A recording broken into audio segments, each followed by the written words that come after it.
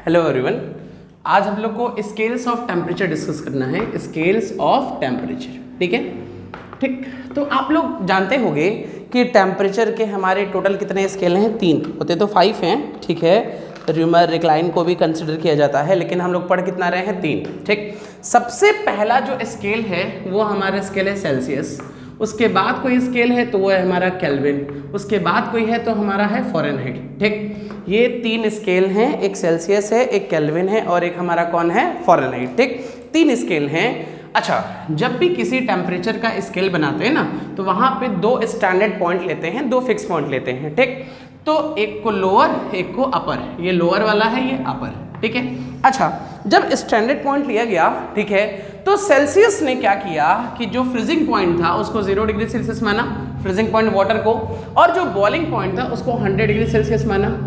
Kelvin ने इसी चीज़ को 273 माना और 373 माना। 0.15 भी होता है, हम पॉइंट नहीं ले रहे। फ़ारेनहाइट ने इसको क्या किया? 32 माना और इसको 212 मान लिया, ठीक है। ये हमारे 3 थे, सेल्सियस का 0-100, केल्विन का हमारा 273, 373 और फ़ारेनहाइट का हमारा कितना है? 32 और कितना? 212। अच्छा, अब इसका गैप जो है 100 है, इसमें गैप 100 है, इसमें गैप 180 है, ठीक है। अच्छा, अब अगर इनमें रिलेशन निकालना है, इनमें रिलेशन बजाय इनमें निकालना हो या इसके अलावा कोई नया स्केल आ जाए आपको उसमें रिलेशन निकालना हो, तो उसको निकालने का सबसे इजी तरीका है, एक याद रखेंगे, scale reading minus freezing point divided by boiling point minus freezing point. इनका रेशियो हमेशा क्या होगा? कांस्टेंट, ठीक है। किसी भी स्केल के लिए scale reading minus freezing point divided by boiling point minus freezing point, इनका रेशियो हमेशा क्या रहेगा? कांस्टेंट। ये याद रखेंगे तो सब कुछ सॉल्व होगा। देखिए, अब स्केल रीडिंग सेल्सियस के लिए C मान लिया, फ्रीजिंग पॉइंट कितना है? 0 अपॉन इनका डिफरेंस है ना, बॉइलिंग पॉइंट 100, फ्रीजिंग पॉइंट 0। अगर यही केल्विन के लिए करेंगे तो K माइनस 273, देखिए ये तो आएगा अपॉन 373 माइनस 273। अगर यही फ़ारेनहाइट के लिए करें तो F माइनस 32 अपॉन 300, ऐसे लिख सकते हैं ना यहाँ पे, सॉरी, ये 212 माइनस 32, ये भी हो गया। अब अगर सिंप्लीफाई करें तो क्या मिलेगा? C by 100, K minus 273 by 100, ये क्या मिलेगा? F माइनस 32 अपॉन 180 और 520 से कैंसिल कर दें तो C by 5, K minus 273 by 5 और F माइनस 32 बाई 9। ये हमारा क्या मिला? रिलेशन, ठीक है। किस में मिल गया? सेल्सियस में, केल्विन में और फ़ारेनहाइट में। ये बात जरूर याद रखिएगा। अच्छा, एक चीज और है, ठीक है, एक चीज ध्यान देने वाली बात, यहाँ पे डिग्री सेल्सियस होता है, ठीक है, ये हमारा डिग्री फ़ारेनहाइट होता है, बट इसमें कोई डिग्री नहीं होती है। क्यों डिग्री नहीं होती है? ये 0 है। चलिए, हम सबको 0 बनाना है। अगर इसको 0 बनाएंगे तो हमको नीचे 273 जाना होगा, तो टोटल ये जो गैप होगा, देखिए इसके 0 और 100 में गैप कितना है? 100। इसके 0 के लिए नीचे जाना होगा ना, तो इसके लिए 32 नीचे जाएंगे, इसमें गैप कितना है? 212। लेकिन इसमें जो गैप है 373 है, 373 से 360 डिग्री से ज्यादा है। एक कंप्लीट जो एंगल होता है किसी भी, उसमें कोई कंप्लीट एंगल 360 डिग्री होता है ना। ये जो यहाँ पे 0 अगर यहाँ लेते हैं, 0 केल्विन और 373 केल्विन में जो गैप है वो कितना है? 360 से ज्यादा है, इसीलिए इसमें कभी भी डिग्री नहीं लगाते। और ठीक है, एक बात और, ठीक, ये तो स्केल हो गया।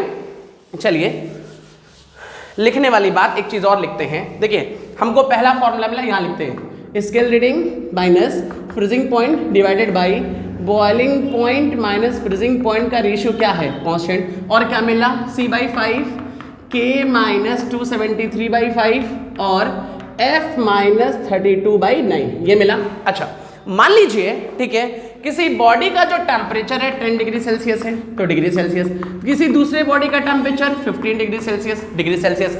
लेकिन अगर टेम्परेचर डिफरेंस पूछे तो 5 सेल्सियस डिग्री। ये डिग्री में फर्क होता है कि डिग्री पहले लगा है, ठीक, तो बॉडी का टेम्परेचर बताता है, डिग्री बाद में लगा है तो वो बॉडी का क्या बताएगा? Temperature difference. दोनों में ये हमारा फर्क है, याद रखिएगा ना। और डिग्री हमारा किस में लगेगा? सेल्सियस में लगेगा और फ़ारेनहाइट में लगेगा, केल्विन में नहीं लगेगा। अच्छा, अब देखिए, जैसे कहते हैं, मान लीजिए 20 डिग्री सेल्सियस को, ठीक है, केल्विन या फ़ारेनहाइट में चेंज करिए, बहुत ईजी, यही फॉर्मूला हम लगा रहे हैं, बार बार हम ये लगाएंगे। सेल्सियस कितना? 20, ठीक, सेल्सियस पे फ्रीजिंग पॉइंट कितना 0 अपॉन बॉइलिंग पॉइंट कितना 100 माइनस 0। अब लगा लीजिए केल्विन के लिए, केल्विन का कितना K मान लेते हैं, minus freezing point 273 upon 373 minus 273, Fahrenheit का कितना F माइनस 32 अपॉन क्या चीज़, वही चीज़ गैप आएगा हमारा 212 माइनस 32, ये याद कर लीजिए, यही ना। ये लगाइए, चाहे तो ये डायरेक्ट फॉर्मूले में पुट करिए, दोनों सॉल्व करके आंसर लिख लीजिए। या और देखिए, जैसे मान लीजिए कहा एक अच्छा क्वेश्चन करते हैं, ऐसे कहा हमारे पास एक नया स्केल है P, ठीक है, एक नया स्केल P है जिसपे जो लोअर टेम्परेचर है वो 20P है, ठीक, और अपर या लोअर टेम्परेचर 50P मान लेते हैं ना, और अपर टेम्परेचर 150P मान लेते हैं, ठीक। हमारे पास एक स्केल है जिसका लोअर टेम्परेचर 50P है और अपर P हमारा कितना है 150P।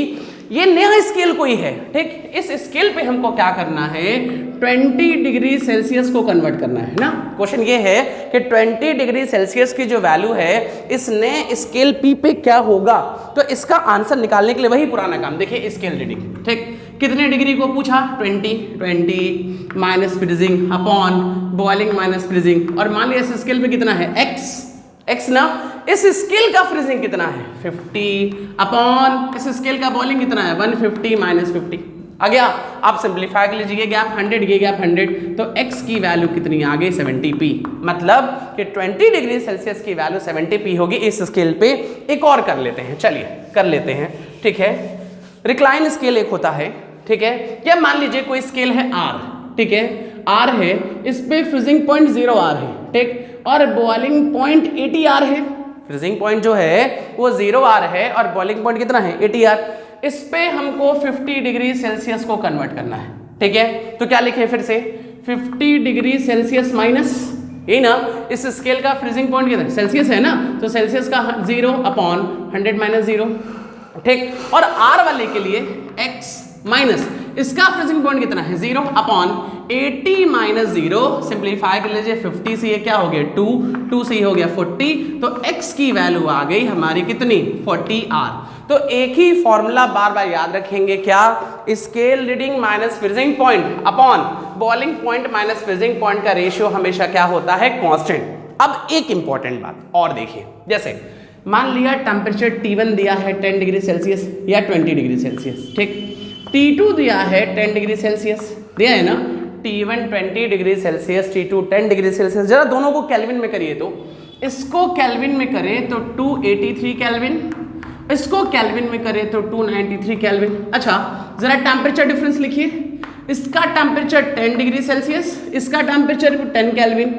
देखिए दोनों टेम्परेचर तो अलग अलग लग रहे हैं ना, लेकिन दोनों का टेम्परेचर डिफरेंस सेम है। जितना टेम्परेचर डिफरेंस सेल्सियस पे होता है उतना ही टेम्परेचर डिफरेंस केल्विन पे होगा। ये बात जरूर याद रखिएगा कि सेल्सियस और केल्विन का टेम्परेचर डिफरेंस हमेशा सेम होगा।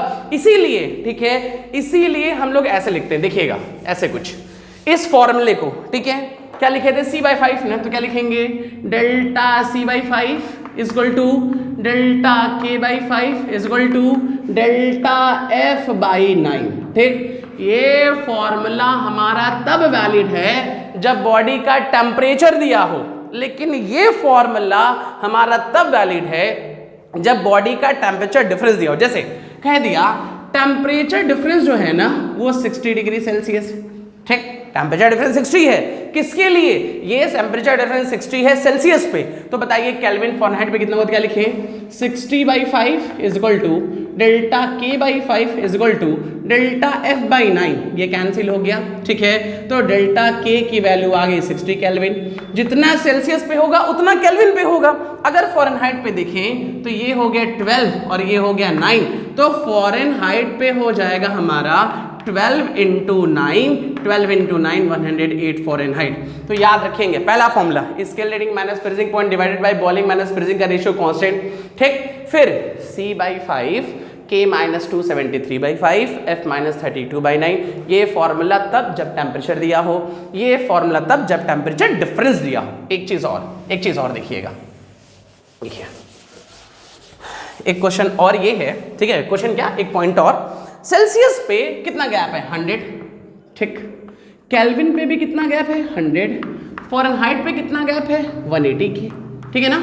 अब 100 से डिवाइड करिए तो क्या बचा 1 डिग्री सेल्सियस, केल्विन में कितना बचा 1 केल्विन, फ़ारेनहाइट में कितना बचा 1.8 केल्विन। ठीक, ये रिलेशन ये शो कर रहा है कि अगर सेल्सियस पे जो टेम्परेचर है, सेल्सियस स्केल पे जो टेम्परेचर है 1 डिग्री बढ़ेगा तो केल्विन पे 1 केल्विन बढ़ेगा, लेकिन फ़ारेनहाइट पे हमारा कितना बढ़ेगा 1.8। जैसे मान लीजिए ऐसे था, ठीक ऐसे था, यहाँ पे सेल्सियस स्केल पे जो टेम्परेचर राइज किया, नहीं कि टेम्परेचर है, टेम्परेचर राइज किया 4 डिग्री सेल्सियस, ठीक, तो केल्विन पे कितना राइज करेगा 4 केल्विन।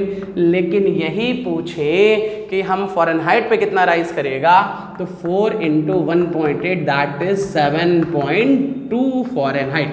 याद रखिएगा कि अगर सेल्सियस पे 1 डिग्री बढ़ता है तो केल्विन पे 1 और फ़ारेनहाइट पे 1। एक चीज़ और देखिए, एक चीज़ और देखिए, जैसे कहा क्वेश्चन कहा C और K में ग्राफ बनाना है, C और K, ठीक है, C और K मतलब सेल्सियस और केल्विन में अगर ग्राफ बनाना है तो रिलेशन लिखिए जरा, C/5 K - 273/5 है ना, 5 से 5 कैंसिल, C = K - 273, ठीक है। C y पे है ना तो y एक्सिस का फॉर्मूला क्या होता है, y = mx + c, ये तो होता है।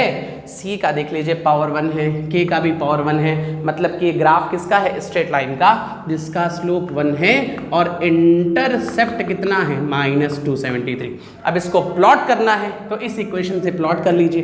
कैसे प्लॉट करें, देखिए अगर K की वैल्यू 0, अगर K की वैल्यू 0, सपोज दैट, देखिए K की वैल्यू 0 तो C की वैल्यू जो है -273, अगर C की वैल्यू 0 तो K की वैल्यू 273 ना होगा, तो K की वैल्यू 273 यहाँ होगी, ठीक है, K की वैल्यू 273,0 और C की वैल्यू -273 ना, तो -273, तो ये आएगा कितना, y है ना 0, -273, तो ग्राफ ऐसा बन गया, बना ना, स्ट्रेट लाइन बना, और किस में बन गया हमारा C और K में। अच्छा, अगर यही थोड़ा सा उल्टा कर देते, ठीक है, अगर यही ग्राफ C और K में ना कह के अगर यही ग्राफ ऐसे कहे होते, ठीक है, किस में बनाइए, K और C में, तो देखिए कैसे लिखेंगे, C/5 K - 273/5, यही ना, कैंसिल। अब K को इक्वेट करते, क्यों, क्योंकि y पे K आ गया ना, तो m की वैल्यू 1 आ जाती, C की वैल्यू 273 आ गई ना।